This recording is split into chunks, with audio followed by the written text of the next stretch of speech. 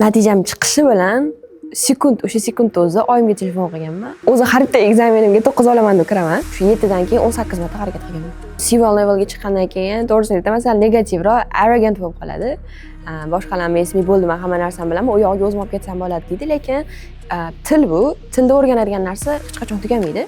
IELTSdan eng yuqori ball olishga erishishimga juda ham ko'p narsadan voz kechdim. Instagram, TikTok shu narsalardan qochishga harakat qilaman, chunki bilaman, vaqtimni bekorga isrof qilishadi shu ikkita platforma. Shunaqangi paytlar bo'lganki, vaqtimni qizg'anib, telefonimni ham sotib olganman-da. 1 yil to'xtamasdan o'qiganman. Har kun dars qilardim. Bir kun hech bo'lmasa bitta taskni yozardim. Boshqa imtihonlarga ham, boshqa maqsadlarga erishishga ham tayyorlanayotgan odamlarga aytadigan maslahatim bu, dam olib ham turish kerak. Agar siz 7 li kandidat bo'lsangiz va 8 ga chiqmoqchi bo'lsangiz, listening reading ustida faqat ishlash kerak, writing va speaking sal chetga surib turish kerak. Bir xil mana to'xtamasdan qiladi, shu analiz qiladi, listening readingdan 7.5 chiqaveradi, faqat to'xtamasdan shu bir xil ball chiqaveradi. Kuting, bir xil ball chiqsa ham o'zidan o'zi ko'tarilib ketib qoladi. Assalomu alaykum, men ismim Shirin. Millat umidi 1-kurs talabasiman. Yaqinda IELTSdan yuqori 9 ballni qo'lga kiritdim. Esingizda bo'lsa, o'shanda YouTube uchun 9 ga bo'lgan yo'lim haqida video olib joylaymiz degan edik. Shu va'damizni bajarish uchun bugun YouTube kanal uchun video tayyorlashga tayyormiz va hamma savollaringizga javob beramiz. To'g'risini aytsam, bu natijani hamma kutyotdi. O'quvchilarim ham, o'rtoqlarim, birinchi o'rinda oyim kutyotdilar. Natijam chiqishi bilan o'sha sekundda o'zi oyimga telefon qilganman. Ikkalamiz rosa xursand bo'lganmiz, yig'ladik, bir kun yig'lab yurdik. Undan keyin ishxonamdagilarga tashladim, keyin kursdoshlarga tashladim. Hamma xursand natijam ko'rgandan keyin. O'zi xaridda ekzamenimga 9 olaman deb kiraman. Va o'zimga ishonchim juda ham kuchli edi, chunki bilardim, yetarlicha o'qidim, bilimim yetarli edi 9 olishga. Shuning uchun ham o'zimga ishondim, bildim. Faqat menga ozgina omad yetishmayapti undan oldingi imtihonlarimda. Mana bunisida omadim keldi, 9 ham oldim. Birinchi marta IELTS 2021-yilda topshirganman, 7 chiqqan. Undan keyin shu 7 dan keyin 18 marta harakat qilganman. Ya'ni mock. Yo'q, IELTS topshirganman. Ya'ni 18 marta IELTS topshirgansiz. Hammasini qo'shsa 19 marta bo'ladi. Hop, C1 levelga chiqib olgandan keyin ikki xil yo'l bor, self study bor va o'qituvchi bilan ishlash bor. Bir xili 7 olgandan keyin, o'l C1 levelga chiqqandan keyin to'g'risini aytaman, masalan, negativroq, arrogant bo'lib qoladi. Boshqalarni esmi bo'ldi, men hamma narsani bilaman, u yoqqa o'zim olib ketsam bo'ladi deydi, lekin til bu, tilda o'rganadigan narsa hech qachon tugamaydi. Shuning uchun ularga men beradigan katta maslahatim, agar qisqaroq, ya'ni tezroq erishmoqchi bo'lsa, 7 dan 9 gacha ustoz bilan ishlash kerak deb o'ylayman. Ayniqsa 9 olgan ustoz bilan ishlasa, u ustoz yo'lini biladi, o'zi nimalar qilgan bo'lsa, xuddi o'sha ishlarni o'quvchilariga o'rgatadi. Shuning uchun bitta yo'li shu ustoz bilan ishlash va AI bilan ishlashni ham bilish.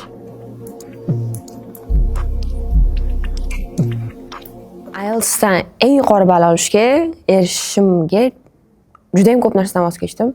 Birinchi o'rinda family time'dan voz kechdim. O'sha uyimdagilar bilan o'tkazadigan vaqtimni ham qizg'anardim, to'g'risini aytsam. Oilam bilan vaqt o'tkazishga ham shu uni o'rniga dars qilardim. O'rtoqlarim bilan umuman hech qayerga ko'chalarga ham chiqmayman. Nima desa bo'ladi, social eventlarga qiziqmayman. Undan, ya'ni ishxonamizdagilar ham yig'ilib qayerdir borsa bormayman, bormasdim-da o'shanda. Undan tashqari ijtimoiy tarmoqlardan voz kechdim. Men o'quvchilarimni ham shu narsaga undayman. Instagram, TikTok shu narsalardan qochishga harakat qilaman, chunki bilaman, vaqtimni bekorga isrof qilishadi shu ikkita platforma.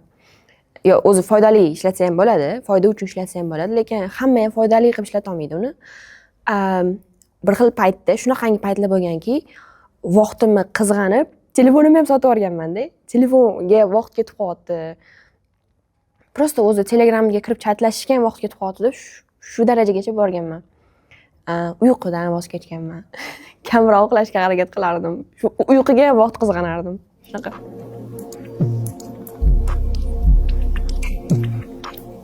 Zerikish degan narsa bo'lgan. Juda ham zerikkanman, to'g'risini aytsam. Chunki ayniqsa 9 ga tayyorlanayotgan paytimda bir 3-4 oy, 8,5 dan keyin, yo'q 3-4 oy emas, 1 yil. 1 yil to'xtamasdan o'qiganman. Har kuni dars qilardim. Bir kun hech bo'lmasa bitta taskman yozardim. To'g'risi rostdan ham zerikib ketadi onam. Ko'ynanib ketib qoladi уже. Ayniqsa writingni ko'rgandan keyin voydod boradi. Lekin men har doim kelajakdagi bo'ladigan natijani o'ylayverardim-da. Shunga yetib olay bo'ldi, to'xtataman. Shunga yetib olay bo'ldi. Mayli zeriksam ham dirdim-da. Ikki xil, mana misol uchun bunaqa narsa bor. Bir xili motivatsiya bilan ish qiladi, bir xili disiplina bilan qiladi. Motivatsiya uzoqqa yetmaydi. Kecha soat 3 da keladigan motivatsiya bor-ku, she'r yozgisi kelib ketadi. Unaqa motivatsiya emas edi, menda disiplina edi. Disiplina bu o'zingiz xohlamagan, zerikkan ishingizni xohlagan narsaga erishish uchun qilishingiz-da.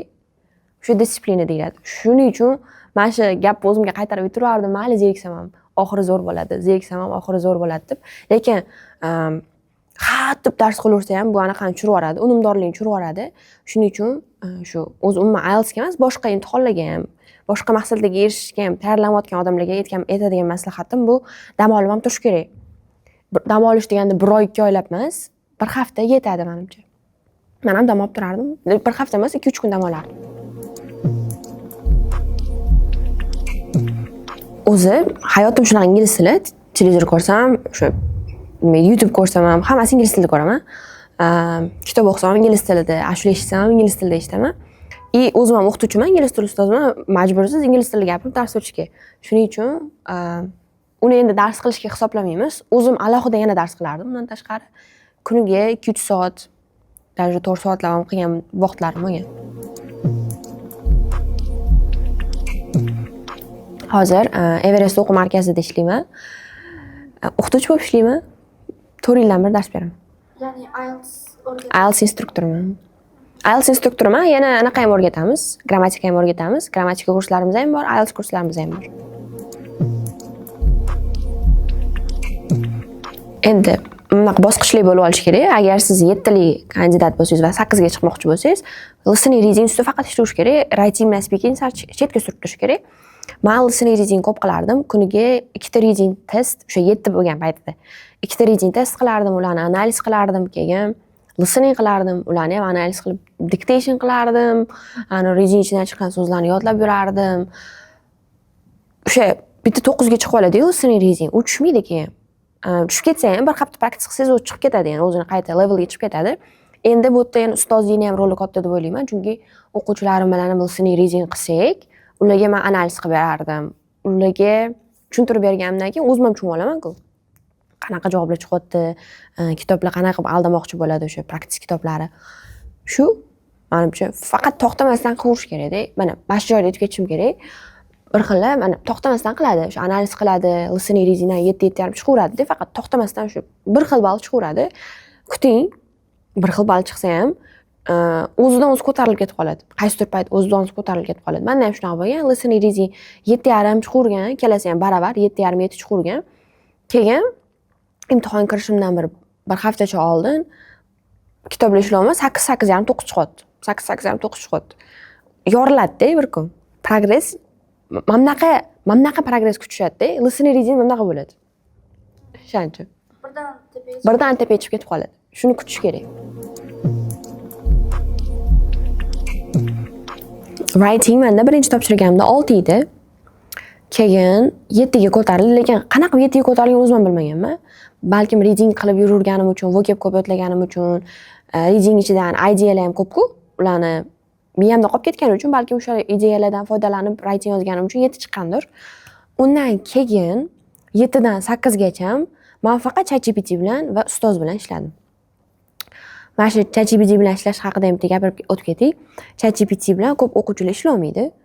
Essay yoki reportni tashiydi, menga 7 dan past ball qo'ymagin deb yozadi. Bu umuman noto'g'ri. Ball so'rash kerak emas, ChatGPT ball qo'ya olmaydi.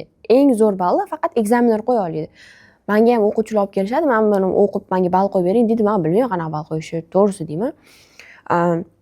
Shuning uchun ChatGPTga tashaldimmi, report degan yozish kerak. Mana shu reportimni yoki essayimni gapma-gap tekshirib ber. Nima xatolar qilganman, grammatikasi bo'lsa to'g'rilab ber yoki qaysidir so'zni noto'g'ri qo'ygan bo'lsam to'g'rilab ber deb aytish kerak. Shu ishni qilaversa har kuni qilish kerak-da.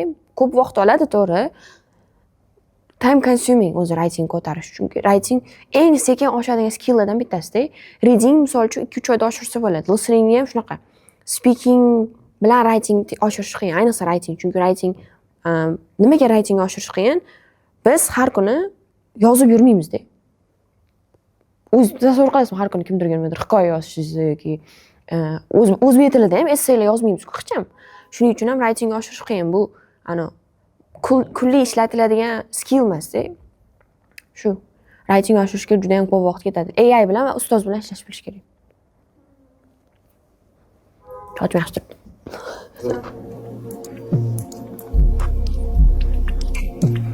Imtihon ko'p topshirgan bo'lsam ham har bittasida baribir hayajon bo'ladi. Chunki har bir imtihon men uchun muhim va burilish nuqta bo'lishi mumkin. Speakingdagi hayajonni kamaytirishi menimcha men bilmadim, iloji yo'q. Hamma o'zini mental health'iga bog'liq.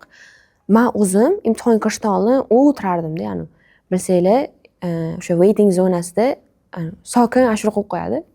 O'shani eshitib o'tirardim, ya'ni meditatsiya deydimi? Suv ichib o'tirardim-da. Ekzamen xonasiga kirganimdan keyin ham hayajon juda ham kuchli bo'lardi. Bir marta zo'r bo'lgan. Imtihonim soat 2:30 da, speaking ekzamen. Kiryapman. Kirganimdan keyin good morning deganman.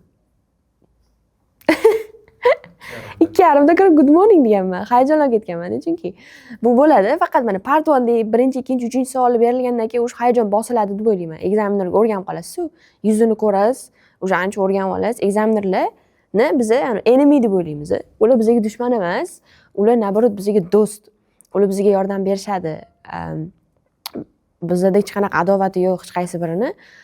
Siz prosta gapirsangiz bo'ldi ularga. Bilimingizni ko'rsatib chiqsangiz bo'ldi. Hech kim sizga qarshi emas o'tda. Shu narsani miyada qanaqa aylantirish kerak-da. Ular yomonligi yo'q menga. Faqat bilimim baholaydi deb o'zini ishontirish kerak.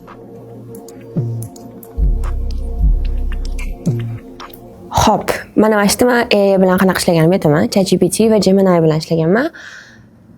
Endi ChatGPT menga samplelar yasab berardi. U samplelarni men ichidan chiqqan so'zlarni yozib olardim, yodlardim. Faqat nima deydi, o'qib yodlamasdim-da. GPT ning shunaqa funksiyasi bor. O'zi o'qib beradi. Yozgan narsasini o'zi o'qib beradi. O'shani naushnikda eshitib yurardim. Hadeb eshittirsangiz miyangizda qotadi-da baribir. Mana 10 ta so'z o'rgandingiz, hatto 5 tasini ishlata olasiz. Mana shu joyda odamlar perfeksionist bo'lib ketadi. Men 10 ta so'z yodladim, men hammasini ishlata olaman deb o'ylaydi, lekin unaqa emas. Siz ko'p narsa kutmang. 9 li samplni o'qiyapsiz, 9 li samplni yodlab olasiz. Siz 8.5 li gapira olasiz, 9 li gapira olmaysiz. 9 li gapirishingiz uchun nima desam bo'ladi? Yillar davomida faqat 9 li samplni eshitib, faqat o'shalar bilan aql qilish kerak-da. 5-6 oymi yo yillarmi? Menimcha 5-6 oy. To'xtamasdan faqat shunaqa narsa qilish kerak-da, deb o'ylayman. Yo'q, unaqa narsa emas. Mana speaking 8.5-9 da advanced vocabulary ishlatilmaydi. Joyida qo'yiladi. Ishlatiladi, ko'p emasda, hatto gapda tiqilmaydi. Joyida, kelgan joyda o'zi natural qo'shilsa, lexical resource to'qqiz chiqishi mumkin. Lekin majburlab joyi kelsa-kelmasa tiqib ketirsangiz, u naborot lexical resource tushirib oladi, 7-6 chiqadi-da. Shuning uchun vocabda emas-da bu yerda gap. Bu yerda o'sha yodlagan so'zingizni to'g'ri ishlata olishda. Ana nima, hozir ingliz tilida shunaqa so'z bor, obsessed bo'lib qoladi. O'quvchilar obsessed bo'lib qoladi high level so'zlar bilan. Noto'g'ri menimcha bu narsa. Juda ham noto'g'ri. Ko'p o'zgarishlar bo'ldi. Birinchisi, ishxonamda karyeramda ancha o'sish ko'raman. Misol uchun hozir o'zim bundan oldin faqatgina IELTS'imni ko'tarish uchun o'zimga e'tibor berardim. Hozir o'quvchilarimga ko'proq e'tibor beryapman. Teaching method ustida ishlayapman. Undan tashqari o'quvchilar ham kelishyapti, ko'proq o'quvchilar kelishyapti. Men orzuyimga erishyapman-da. Ko'proq bilimimni hammaga ko'proq odamga tarqatishni xohlardim va bu narsaga erisha olaman deb o'ylayman. Undan tashqari onlayn kurslar ochdim. Yana qolganlarni ham ustida ishlayapman. Shu karyerada hozir yaxshi, o'qishda ham. IELTSga tayyorlanayotgan va IELTS ballini ko'tarmoqchi bo'lganlarga va o'zi umuman faqat IELTS emas, katta maqsadlarga erishmoqchi bo'lgan odamlarga bitta maslahat bermoqchiman. Maqsadni qo'ydingizmi, erishish uchun to'xtash kerak emas. Ko'pchilikning topadigan bahonasi bu vaqtim yo'q. Vaqt hech qachon bo'lmaydi agar siz uni topmasangiz. Men o'zimni misol qilib oladigan bo'lsam, men ham universitetda o'qidim, ham ishladim, ham IELTSga tayyorlandim. Uyquni qaysidir qismidan voz kechdim yoki bo'sh vaqtimda, misol uchun uxlamadim, obedda uxlamadim, o'rtoqlarim bilan ko'chalarga chiqmadim. Yoki bo'lmasam Instagramga kirib reels ko'rmadim. Xullas, bahona qilish kerak emas. Bahona qilyapsizmi, siz o'zingizni aldayapsiz. Shunchaki vijdonni uyg'oting. Siz qilmagan o'sha maqsad qo'ydingiz va maqsad yo'lingizga, maqsadingizga erishish uchun qilish kerak bo'lgan ishlarni qilmayapsizmi? Vijdoningiz qiynalmayaptimi?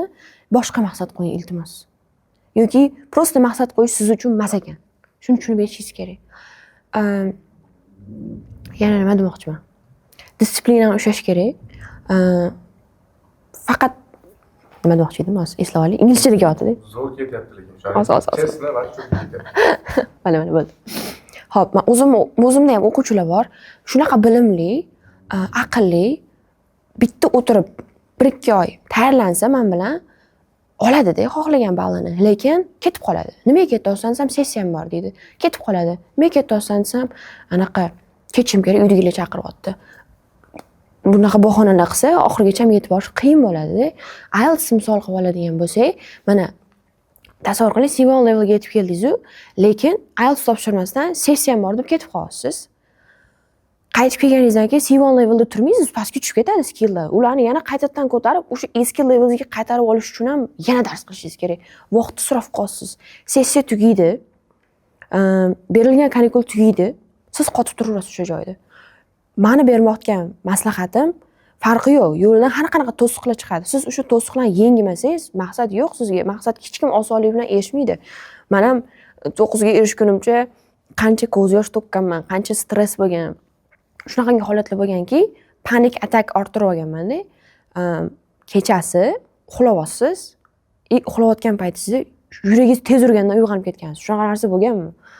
Misol uchun menda bo'lgan. Shu IELTSga tayyorlanayotganimda shu katta stressni ko'tara olmaganman-da. Bu vaqtinchalik hammasi. Hamma qiyinchiliklar, hamma o'tayotgan stresslar, bularning hammasi vaqtinchalik. To'xtamaslik kerak. Yana bittasi Xudodan so'rash kerak deb o'ylayman. Chunki Xudo beraman desa hech gap emas. Faqat Xudodan so'raversam kelib qolar ekan deb o'ylash kerak emas. Unga harakat ham qilish kerak. Shu maqsadga erishish uchun kerak bo'ladigan narsa bu disiplina. To'xtamasdan harakat qilish, duo qilish, ota-onaning duosini olish, ustozlarning duosini olish, o'zi ham duo qilish kerak va omad. Omad nechadir foiz. Ko'pchilik omadga ishonadi. Omadim kelsa bo'ladi, omadim kelsa qilaman deydi, lekin omadam nima desa bo'ladi? Ingliz tilida shunaqa gap bor. Chance favors the prepared mind. O'sha siz tayyor bo'lsangiz omad keladi. Prosta tak kelmaydi. Shu. IELTS topshirish niyatim bor, faqat hozir ozgina stresslardan sal yengilroq olishim kerak. 9 oyguncha bilaman qanaqa qiyin yo'lni bosib o'tganimni. Xudo xohlasa topshirishga harakat qilaman. Lekin hozir boshqa maqsadlarim ham bor-da. Shu 9 to'sib turuvdi meni. Misol uchun pravaga o'qishim kerak, seltaga tayyorlanishim kerak. Shu sertifikatlarimni olib bo'lganimdan keyin balkim 9 ga tayyorlanarman. Lekin hozir 9im bor-ku, o'zi topshirish shart emas.